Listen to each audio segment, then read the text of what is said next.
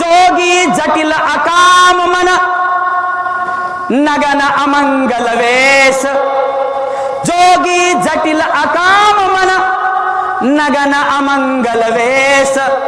अस स्वामी यही काम मिलहि, परी हस्ती असरेख। क्या मतलब है? अवगुण क्या क्या है? तो कहा जोगी, इसका जो पति होगा वो क्या होगा? योगी होगा, बाबा होगा। जोगी जटिल, जटाओं वाला होगा। जोगी जटिल अकाम मन, आसक्त तो होगा ही नहीं, प्रेम तो जानता ही नहीं। अकाम निष्काम, कोई कामना होगी ही नहीं, वासना होगी ही नहीं। तब ही सप्तऋषि, सप्तऋषि जब आते हैं परीक्षा लेते हैं मां अंबा की, और बताते हैं जब इन्होंने कामदेव का नाश किया तो कहा जारा काम महेश। उसके पहले कहा नारद के उपदेश। नारद के उपदेश पे आकर के तुम भगवान शिव की आराधना करने लगी उनको पाने के लिए।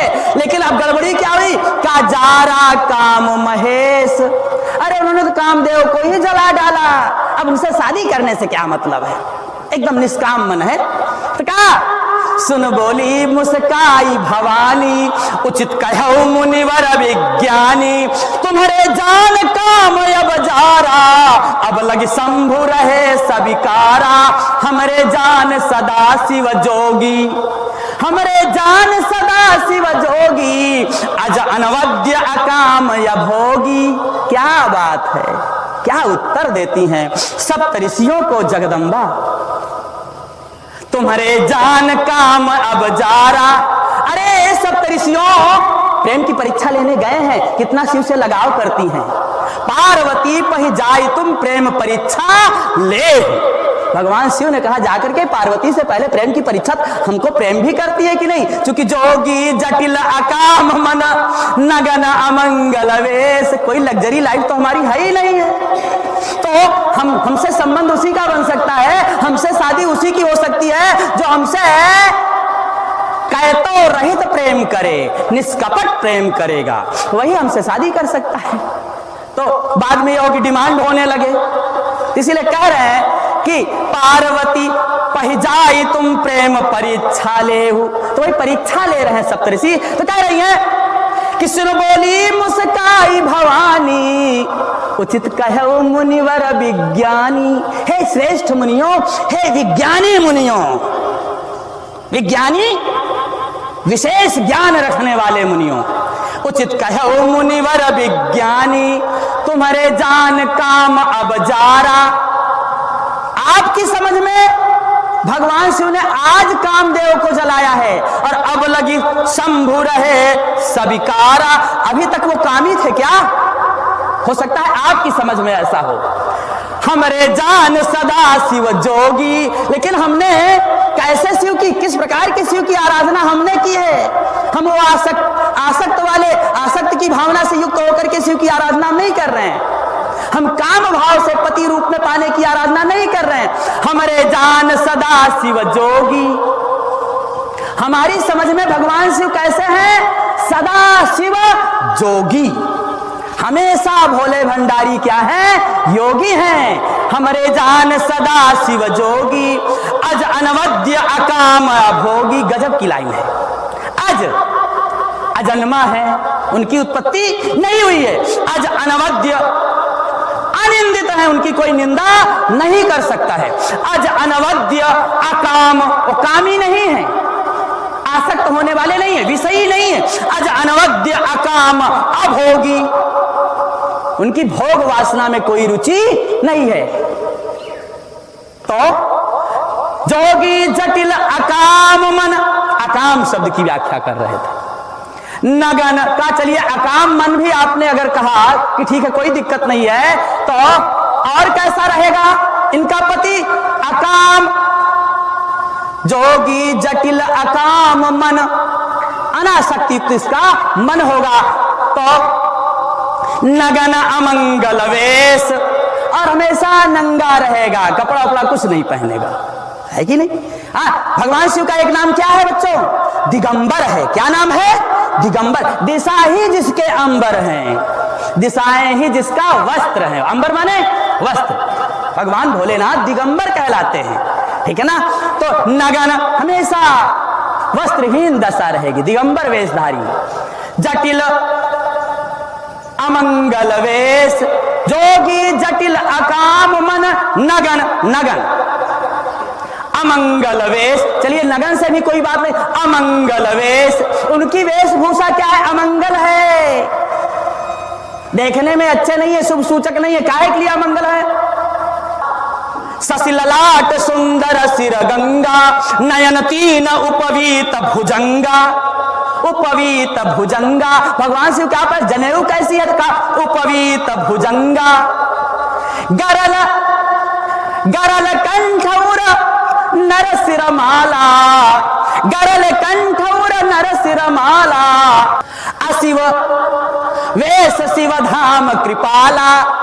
गरल कंठ, गले में उनके क्या है? विष है। उर नर सिरमाला, हृदय में क्या है? नर सिरमाला, नरमुंड पहनते हैं, कौस्तुभ मणि नहीं पहनते हैं भगवान विष्णु की तरह, सुंदर हो, जो समुद्र से उत्पन्न हुई मणि।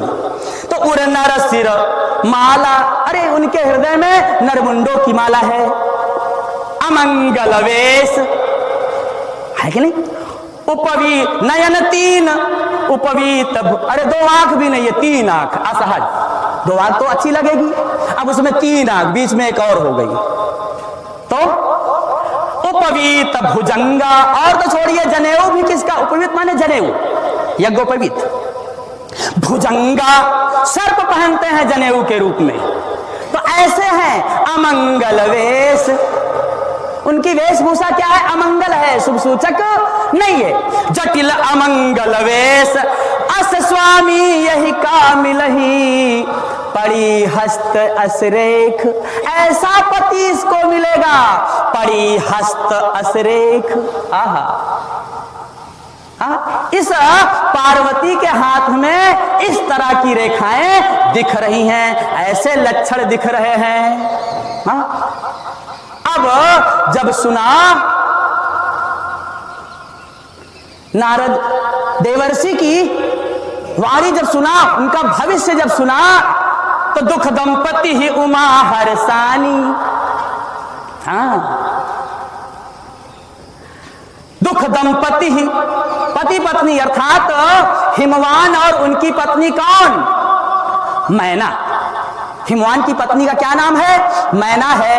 तो दुख दंपति ही, दोनों दंपति अर्थात पति पत्नी हिमवान और मैना दुखी हो गए। लेकिन उमा हरसानी, लेकिन जो उमा थी वो क्या हो गई? वो दुखी नहीं हुई इस बात को सुनकर के। हरसानी उपजऊ शिव पति परम स्नेह, पद परम स्नेहु। उपजऊ शिव पद परम स्नेहु, मिलन कठिन उर्भा संदेहु। जान गए कि भगवान शिव ही हमें प्राप्त होंगे, कि मरत समय हरिसन बर मांगा, जन्म जन्म शिव पद अनुरागा। यही तो वरदान मांगा था। अब जब हस्तरेखा विचारे देवर्षि तो जान गई हमें भगवान श्रीमन नारायण विष्णु जी ने वरदान दे दिया कि जन्म जन्म शिव पद अनुरागा, हमें शिव की प्राप्ति होगी। तो दुख दंपति ही उमा हरसानी। उनके माता पिता को तो बहुत दुख हुआ कि ऐसा व्यक्ति, ऐसा पति मिलेगा हमारी बिटिया को। लेकिन उमा हरसानी, नारद हो या मरम न जाना, दशा एक समुझब बिलगाना। नारद भगवान भी ये समझ नहीं पाए, अरे उमा तो खुशी हो रही है और दंपति दुखी हो रहे हैं, क्या माजरा है? घटनाएं एक और घटित हो रही है अलग अलग ढंग से कि दुख दंपति। नारद हो या मरम न जाना, दशा एक समुझब बिलगाना। बारे बाबा की लेखनी, बारे गोस्वामी जी की लेखनी कि नारद हो या मरम न जाना। नारद भी यह भाव समझ नहीं पाए, उनके गुरु जी भी नहीं जान पाए, गुरुदेव हैं पार्वती के। या मरम न रास्ते नहीं समझ पाए। दशा एक ही दशा, कंडीशन एक थी, जोगी जटिल अकाम मन। लेकिन समझना अलग अलग था। अंडरस्टैंडिंग उसकी अलग अलग हो गई। समझब बिल, पार्वती तो समझ गई मुझे शिव भगवान मिलेंगे, लेकिन दंपति दुखी है, उनके माता पिता दुखी हैं। कथा यही हम बंद करते हैं, आज विराम करते हैं। That's all of this.